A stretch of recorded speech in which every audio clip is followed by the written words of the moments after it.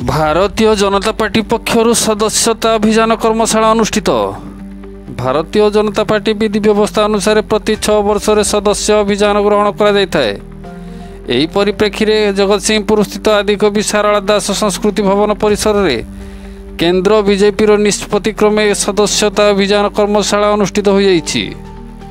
जिला बीजेपी सभापति सत्यव्रत महापात्र सभापतित्व में जगतसिंहपुर सांसद विभू प्रसाद तराई, पूर्वतन सभापति समीर महांती, जगतसिंहपुर विधायक अमरेन्द्र दास, नाउगाँ मंडल सभापति जगन्नाथ दास, नारी नेत्री कृष्णा महांती प्रमुख जोगदे विकसित भारत गठन पर बीजेपी को शक्तिशाली करने निमंते प्रति जिला मंडल बूथ स्तर में समस्त को पुनर्बार सदस्यता ग्रहण करने को आह्वान देते।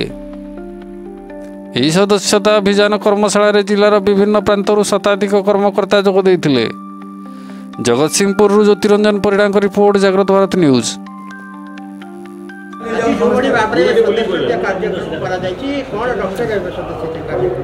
नहीं, ये हूँ आमर केन्द्र बीजेपी निष्पत्ति जे समग्र भारत वर्ष रे वर्तमान नूतन भाव में सदस्यता अभियान आरंभ होती एवं ये जो सदस्य हेबे भारतीय जनता पार्टी एपरिक आमर एथरक प्रिय प्रधानमंत्री नरेंद्र मोदी एवं राष्ट्रीय सभापति जेपी नड्डा आरंभ करी केंद्रीय नेता एवं समस्त राज्यर नेता एमाने मध्य सदस्यता ग्रहण करेंगे।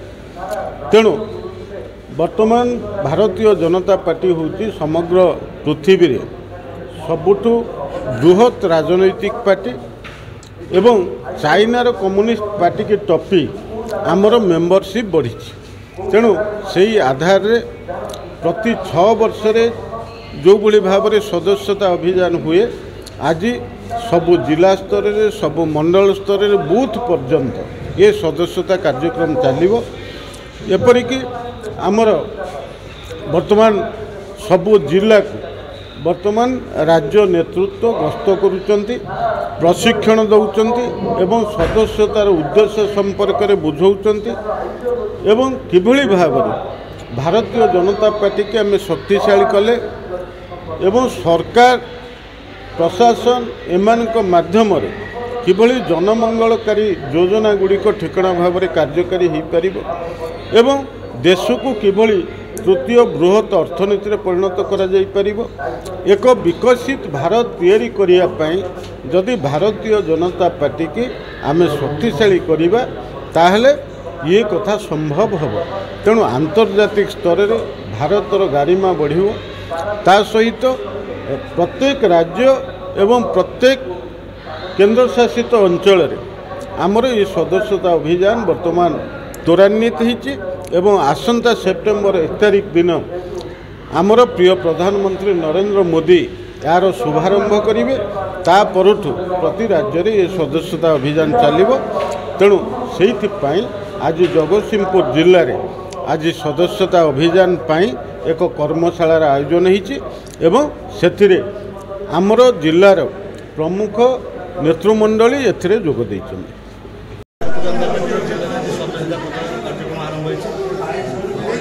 भारतीय जनता पार्टी भारत वर्ष में एकमात्र पार्टी जे कि ये पार्टीर आभ्यंतरीण गणतंत्र अच्छी। भारतीय जनता पार्टीर संवैधानिक विधि व्यवस्था अनुसार ये सदस्यता कार्यक्रम आरंभ होइछि एवं ये 6 वर्ष थरे ये कार्यक्रम चली थाए। आमर संवैधानिक विधि व्यवस्था रे समस्ते पुनर्बार सदस्यता ग्रहण करेंगे।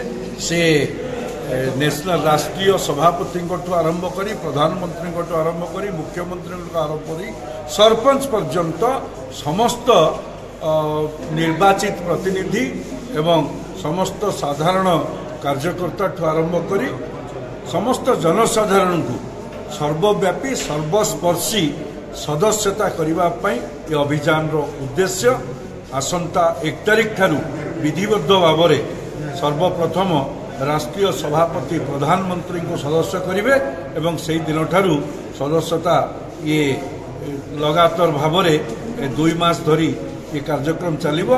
ओडिशा पई जो कार्यक्रम स्थिर करा जायछि तार अवधि 40 दिन अच्छी से प्रक्रिया क्रम ये सदस्यता जगतसिंहपुर जिलार कर्मशाला आज अनुष्ठित होउची। आसंता काली 26, 27, 28 समस्त मंडल रे हबो एवं आसंता 31 तारीख राष्ट्रीय स्तर रे समस्त बूथ रे ये सदस्यता कार्यक्रम करा जिवो। सदस्यता माध्यम रे ये जो देश रे जो सुशासन चली जो शासन चली आगामी 2047 रे भारत वर्ष को विकसित भारत एवं ओडिशा को 2036 मसीहा सुधा एक विकसित ओडिशा रे परिणत करने समस्त सदस्य माने समस्त साधारण नागरिकों को समस्त सुविधा सुजोग जोगई दबा आर एकमात्र उद्देश्य से उद्देश्य सफल करने अगणित कार्यकर्ता जगतसिंहपुर जिलार ये कार्यक्रम सहित सामिल हेबे।